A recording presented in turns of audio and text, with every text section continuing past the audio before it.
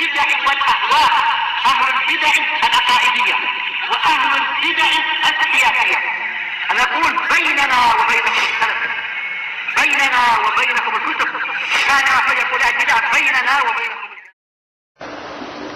Alhamdulillahirabbil alamin. Wassalatu wassalamu ala rasulihil amin wa ala alihi wa ashabihi wa man tabi'ahum bi ihsanin ila yaumiddin. Amma ba'd. Ikhwani fillah, a'azzani Allah wa iyyakum. Pertemuan yang lalu kita telah membahas tentang dalil dari al-mahabbah, sehingga dia merupakan syarat di antara syarat-syarat la ilaha illallah. Dan Syekh rahimahullah taala di sini menyebutkan beberapa dalil, di antaranya apa, Zakaria? Dalilul mahabbah. Nah, baik, yang lainnya apa? Ahmad.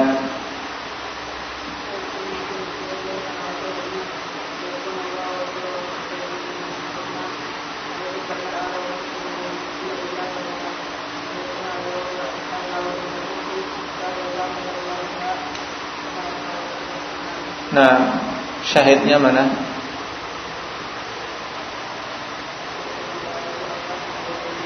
Nah, an yakuna Allah wa rasuluhu ahabba ilaihi mimma siwahuma.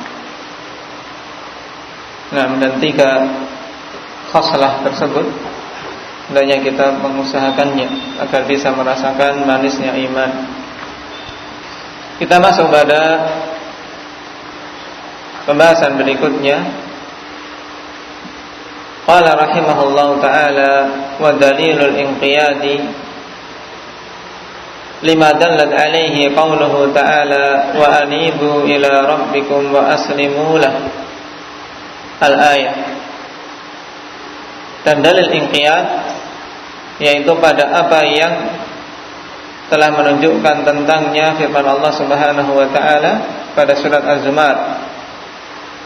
Allah katakan wa anibu ila rabbikum, dan kembalilah kalian kepada Rabb kalian, wa aslimu lahu, dan berserah dirilah kalian kepadanya. Di sini diperintahkan 2 hal. Yang pertama al-inabah, untuk kembali kepada Allah Subhanahu wa taala, dan yang kedua untuk apa? Untuk istislam, menyerahkan diri dan perkaranya, tunduk kepada Allah Subhanahu wa taala. Iqra ya Dzulkarnain.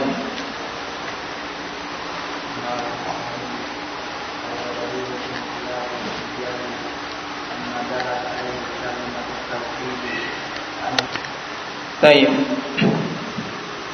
Qala rahimahullah wa dalilul inqiyadi lima dallat alaihi kalimatut tauhid. Dan dalil inqiyad yaitu ketundukan terhadap apa-apa yang kalimat tauhid menunjukkannya. Berarti pada matan yang diinginkan oleh Syekh Fanifillah, wa dalilul inqiyadi lima dallat alaihi qauluhu ta'ala, ay lima dallat alaihi kalimatut tauhid. Ada yang mahdhuf. Nah, jadi yang dimaksudkan adalah dalil ketundukan terhadap apa-apa yang ditunjukkan oleh kalimat tauhid. Jadi harus tunduk kepada perkara yang ditunjukkan oleh kalimat tauhid, yaitu yang terkandung dalam la ilaha illallah. Penunjukannya yaitu tidak ada sesembahan yang hak kecuali Allah Subhanahu wa ta'ala. Harus tunduk, berarti harus menyerahkan semua ibadahnya kepada Allah Subhanahu wa ta'ala semata. Naam. Wa annahu syartun min syurutiha, dan dalil yang menunjukkan bahwasanya inqiyad itu termasuk syarat di antara syarat-syarat la ilaha illallah. Apa dalilnya? Qauluhu ta'ala wa anibu ila rabbikum, ay wa aqbilu ila rabbikum. Maknanya bersegeralah kalian kepada Rabb kalian, warji'u ilaihi bitta'ah, dan kembalilah kalian kepadanya dengan ketaatan. Perintah untuk inabah, bersegera kembali kepada Allah Subhanahu wa taala. Wa aslimu lahu ay istaslimu lahu wahdah. Dan berserah dirilah kalian semata-mata kepada Allah. Wal islamu kama taqaddam huwal istislamu lillahi bit tauhid wal inqiyadu lahu wa bit ta'ah.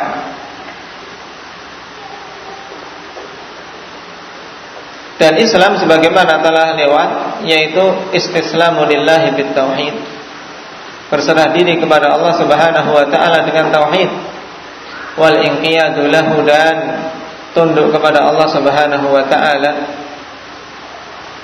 Dalam lafaz yang masyhur ikhwani fillah ini tidak ada tambahan wawu di sini. Nah, sebagaimana kita dapati dalam banyak matan-matan Syekh Muhammad bin Abdul Wahhab, di antaranya dalam Thalathatul Usul, beliau katakan apa? Islam yakni al-istislamu lillahi bit tauhid wal inqiyadu lahu bit ta'ah. Jadi al-wawu di sini kalau ada cetakan lain perlu dicek. Cuman kita cetakannya sama semua. Nah, dan kemungkinan besar ya wawu di sini kesalahan cetak. Nah, yang dimaksud adalah al-inqiyad kepada Allah Subhanahu wa taala, tunduk dan patuh kepada Allah dengan apa? Dengan ketaatan. Wa hadza mahallu syahid, dan ini adalah tempat yang menjadi apa? Inti pendalilan. Kenapa berdalil dengan lafaz wa aslimulah, perintah Allah Subhanahu wa taala untuk ya berislam, yakni untuk berserah diri kepada Allah. Kenapa? Karena dalam kandungan Islam ya seorang harus berserah diri kepada Allah dengan tauhid dan tunduk kepada Allah dengan ketaatan. Jadi ketundukan terhadap apa-apa yang ditunjukkan oleh kalimat tauhid ini merupakan syarat agar kalimat tauhid yang diucapkan seseorang itu bermanfaat di dunia dan di akhirat. Kemudian poin yang ketiga yang harus ada dalam Islam, wal bara'atu minasyirki wa ahli, dan berlepas diri dari kesyirikan dan penganut kesyirikan. Jadi dipahami ikhwani fillah, ayat yang pendek ini tapi terkandung padanya hal yang sangat penting yang menjadi syahid pada ayat, yaitu wa aslimulah wa anibu ila rabbikum wa aslimulah. Dari sisi mana pendalilan kok diambil ya inqiyad sebagai syarat di antara syarat-syarat la ilaha illallah dari kata wa aslimulah? Kenapa? Karena Islam ya bermakna apa? Istislamu lillahi bit tauhid wal inqiyadu lahu bit ta'ah wal bara'atu minasyirki wa ahli. Nah, kemudian dalil yang kedua, wa qauluhu ta'ala wa man ahsanu dinan mimman aslama wajhahu lillahi wa huwa muhsin. Di sini juga kalau kita paham dalil yang pertama, kita akan paham sisi pendalilan untuk ayat ini ikhwanillah. Mana kira-kira hendak ya Aba Subhanah? Naam, pada kata aslama. Wa man ahsanu dinan mimman aslama. Baik. Di sini man ikhwanillah bermakna nafi, yakni tidak ada yang lebih bagus agamanya daripada orang-orang yang berserah diri. Nah, atau orang-orang yang menyerahkan wajahnya semata-mata untuk Allah. Mimman aslama wajhahu lillah wa huwa muhsin, dalam keadaan dia itu muhsin, berbuat ihsan. Jadi bukan sekadar seseorang mengaku dia telah menyerahkan dirinya kepada Allah Subhanahu wa taala tanpa ada amalan ibadah yang dia lakukan. Tapi Allah katakan di sini wa huwa muhsin, dalam keadaan dia berbuat ihsan dalam ibadahnya. Ikra ya antum.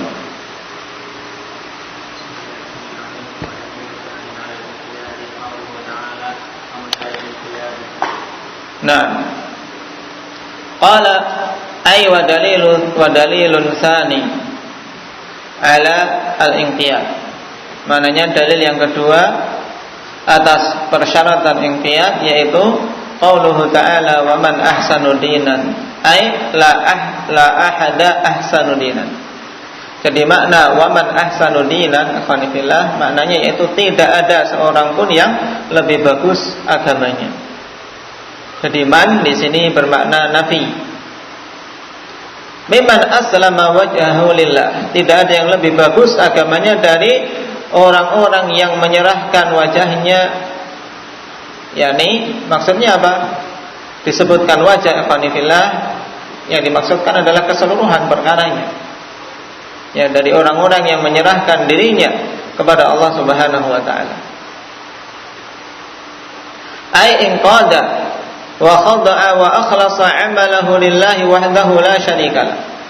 Maksudnya yaitu orang yang tunduk dan patuh serta mengikhlaskan amalannya semata-mata untuk Allah, tidak ada sekutu baginya. Wa huwa muhsin ai fi dzalik. Dalam keadaan dia berbuat ihsan pada hal tersebut, yaitu dalam ketundukan dia, keikhlasan amalan dia. Dan ihsan yang dimaksud di sini bagaimana? Bittiba'i tariqil Mustafa. Li'anna al-'amala la budda lahu min syartain. Seorang dikatakan muhsin setelah menyerahkan diri dan amalannya kepada Allah, yaitu dengan mengikuti jalan al-Mustafa, yaitu Nabi kita Muhammad sallallahu alaihi wasallam. Kenapa? Dikarenakan amalan itu mesti ada padanya dua syarat. Wahuma al-ikhlas wal mutaba'ah. Kedua-duanya yaitu al-ikhlas wal mutaba'ah. Kama fi hadhihi al-ayati wa nahwiha, sebagaimana dalam ayat ini dan yang semisalnya.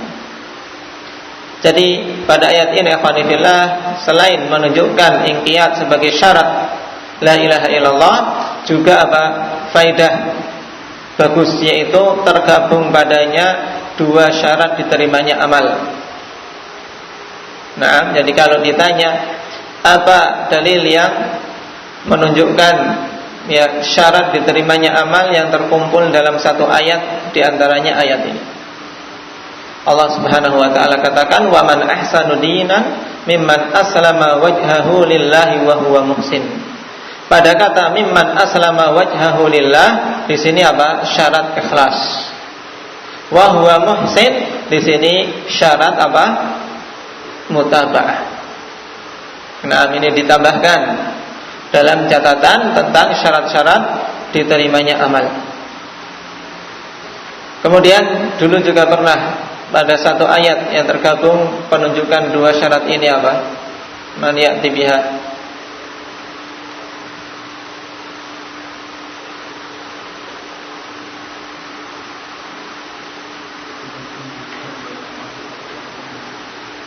Lah, ini lain. Yang menunjukkan persyaratan amalan harus ikhlas dan mutaba'ah, terkumpul dalam satu ayat, yaitu di akhir-akhir surat Al-Kahfi.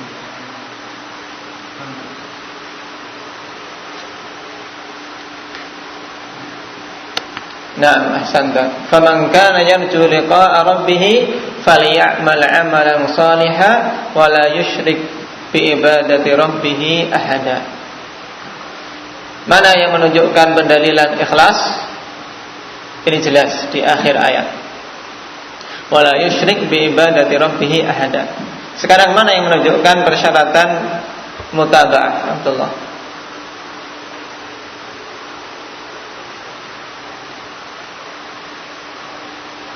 Yaitu falyamal 'amalan shalihan. Perintah untuk beramal soleh, dan amalan tidak disebut soleh kalau sesuai dengan sunnah. Jadi ini dua ayat, diingat-ingat. Dua ayat yang tergabung padanya sekaligus dua syarat diterimanya amal. Pada akhir surat Al-Kahfi dan pada surat An-Nisa ayat 125.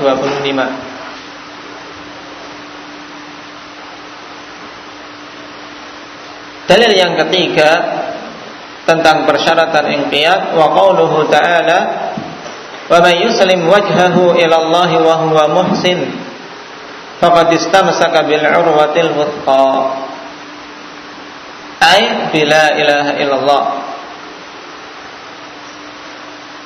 Siapa saja yang menyerahkan wajahnya kepada Allah Subhanahu wa taala, yaitu dengan beramal ikhlas semata-mata karena Allah, wa huwa muhsin, dalam keadaan dia berbuat ihsan.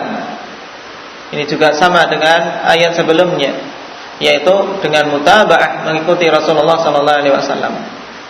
Kalau dia ikhlas dan mutaba'ah, faqad istamsaka bil urwatil wuthqa, maka sungguhnya dia telah berpegang teguh dengan tali ikatan yang sangat kuat.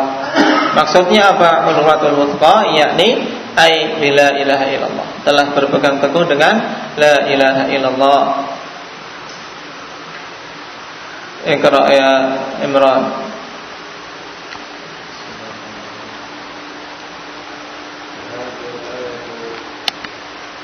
Nah, qala rahimahullah, wa hadhihi al-ayatu dalilun akhar lil inqiyad. Dan ayat ini adalah dalil yang lain untuk inqiyad, wa hiya kallati qablaha, dan itu sama seperti ayat sebelumnya. Dan pendalilan mursama ikhwani fillah, yaitu pada lafaz apa? Wa may yuslim wajhahu. Tayyib. Dan juga bisa digunakan untuk berdalil tentang persyaratan amal ikhwani fillah, diterimanya amal yang terdiri dari dua syarat, yaitu ikhlas dan mutaba'ah. Qala bayyana ta'ala fiha jazaa'a man yuslimu wajhahu lahu wa huwa muhsin. Allah jelaskan pada ayat ini balasan bagi siapa saja yang menyerahkan wajahnya kepada Allah dalam keadaan dia muhsin. Maka faqad istamsaka bil urwatil wuthqa, sungguh dia telah berpegang teguh dengan urwatul wuthqa.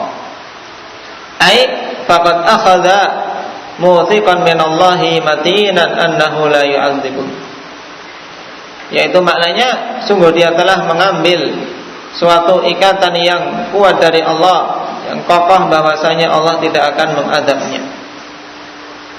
Tentunya ini adalah suatu pahala dan suatu keutamaan yang besar ketika seseorang mendapatkan jaminan tidak akan mendapatkan adab dari Allah. Li'annahu istamsaka minad dini bi aqwa sababin, karena sungguhnya dia telah berpegang teguh ya dengan perkara agama ini bi aqwa sababin. Nah, dengan sebab yang paling kuat. Jadi dia berpegang teguh pada sebagian perkara agama ini dengan sebab yang paling kuat. Wa syabbaha dzalika bil urwatil qawim allati la tanfasimu. Dan Allah permisalkan seorang yang demikian itu bahwasanya dia telah berpegang teguh dengan suatu tali, ya, bil urwatil qawiyah, dengan suatu tali yang kuat, allati la tanfasim, yang tidak terputus. Ya, kuat sekali, tidak akan terputus. Wa hiya fi nafsiha muhkamatun mubarramatun qawiyah. Dan dia ikhwani fillah yang berpegang teguh dengan tali yang kuat tersebut yang tidak akan dia lepaskan. Tidak akan dia lepaskan. Tali itu sendiri dia muhkamah mubarramah qawiyah. Suatu tali yang begitu kokoh, yang kuat. Ya. Jadi talinya sendiri adalah kuat sekali, tidak terputus. Orang yang berpegang teguh dengannya juga tidak melepasnya. Waradduha qawiyyun syadid, dan ikatannya sangat kuat. Kama fi ayatil Baqarah, sebagaimana dalam ayat pada surat Al-Baqarah. Wa hadhihi al-urwatul wuthqa hiya kalimatut tauhid allati khalaqal khalqa li ajliha. Dan al-urwatul wuthqa yang dimaksud di sini adalah kalimatut tauhid, yang karenanya lah Allah Subhanahu wa taala menciptakan makhluk-makhluknya. Wasyahidu huna qauluhu wa may yuslim, dan yang menjadi syahid di sini adalah firman Allah Subhanahu wa taala wa may yuslim. Jelas. Karena sisi pendalilan hampir sama. Cuma di sini ada penjelasan ikhwanifillah makna al-urwatul wuthqa. Dalil yang keempat, wa qauluhu ta'ala fala wa rabbika la yu'minuna hatta yuhakkimuka fima shajara bainahum thumma la yajidu fi anfusihim haraja mimma qadaita wa yusallimu taslima. Allah berfirman, fala wa rabbik la yu'minun, demi Rabbmu sungguh mereka itu tidak beriman, hatta yuhaqqimuka fima shajara bainahum, sampai mereka berhukum kepadamu pada apa-apa yang mereka berselisih sesama mereka. Di sini peniadaan iman ikhwanifillah bagi orang-orang yang tidak mau bertahkim kepada Rasulullah pada perselisihan-perselisihan yang terjadi. Tsumma la yajidu fi anfusihim haraja, kemudian mereka tidak mendapati pada diri-diri mereka rasa berat. Mimma qadaita wa yusallimu taslima, rasa berat dari apa-apa yang telah engkau tetapkan, dan mereka berserah diri dengan sebenar-benar penyerahan. Dan ayat ini afanifillah termasuk ayat yang sangat penting dalam berbagai macam hal pada perkara-perkara akidah. Allah Subhanahu wa taala tiadakan iman bagi orang-orang yang tidak mau bertahkim kepada Rasulullah, dan pada saat ini yang tidak mau berhukum dengan sunnah. Kemudian ya dia dengan lega. Kalau masih ada keberatan, ini juga belum dikatakan beriman secara sempurna. Berhukum dengan as-sunnah dan hatinya lega menerima apa saja yang telah ditetapkan dalam as-sunnah dan menyerahkan perkaranya kepadanya. Ada 3 hal yang dipersyaratkan di sini sehingga seorang betul-betul mencapai keimanan, yaitu tahkim terhadap Rasulullah yang saat ini dengan sunnah. Yang kedua, la yajidu fi anfusihim haraja mimma qadait, tidak mendapati pada diri-diri mereka itu keberatan terhadap ketetapan sunnah.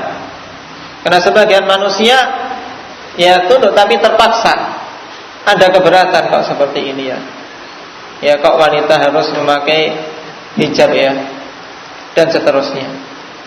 Ini masih ada rasa berat, berarti keimanan belum sempurna. Kemudian yang ketiga, wa yusallimu taslima, betul-betul berserah diri ya terhadap hukum Allah dan Rasulnya. Ikra ya Sufyan.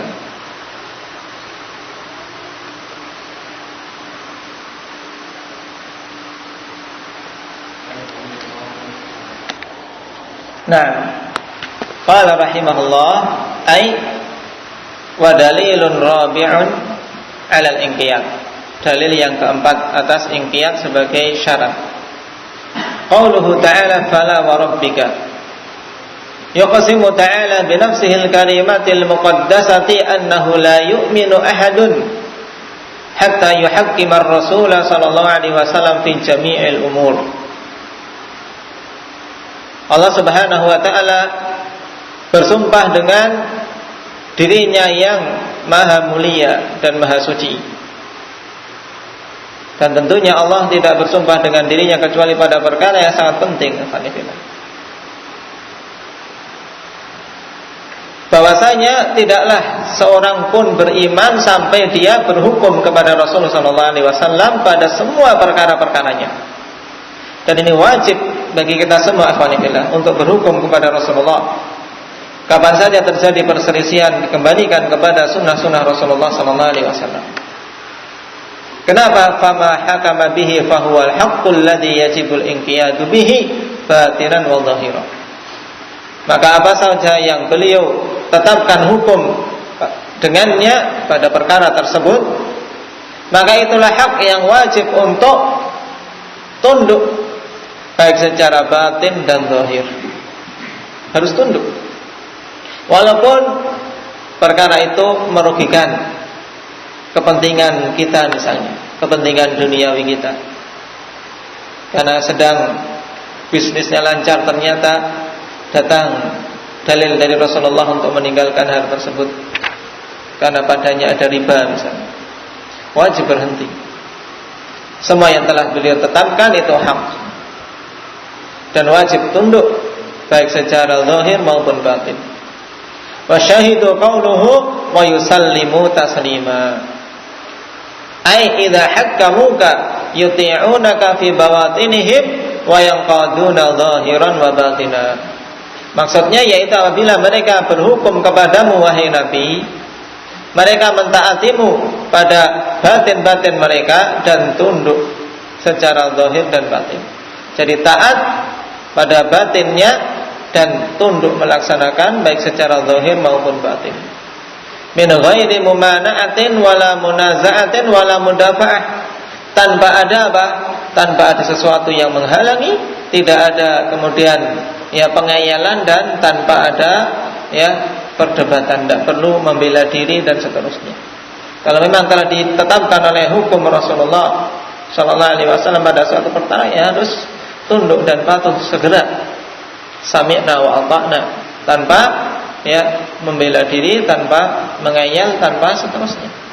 Tapi wa yusallimu taslima, menyerahkan diri dengan sebenar-benar penyerahan. Ini 4 ayat yang didatangkan oleh Syekh rahimahullahu taala, ayat-ayat penting. Dan pembahasan akidah sering sekali bertemu dengan ayat tersebut, maka dihafalkan dan dipahami maknanya dengan baik. Barakallahu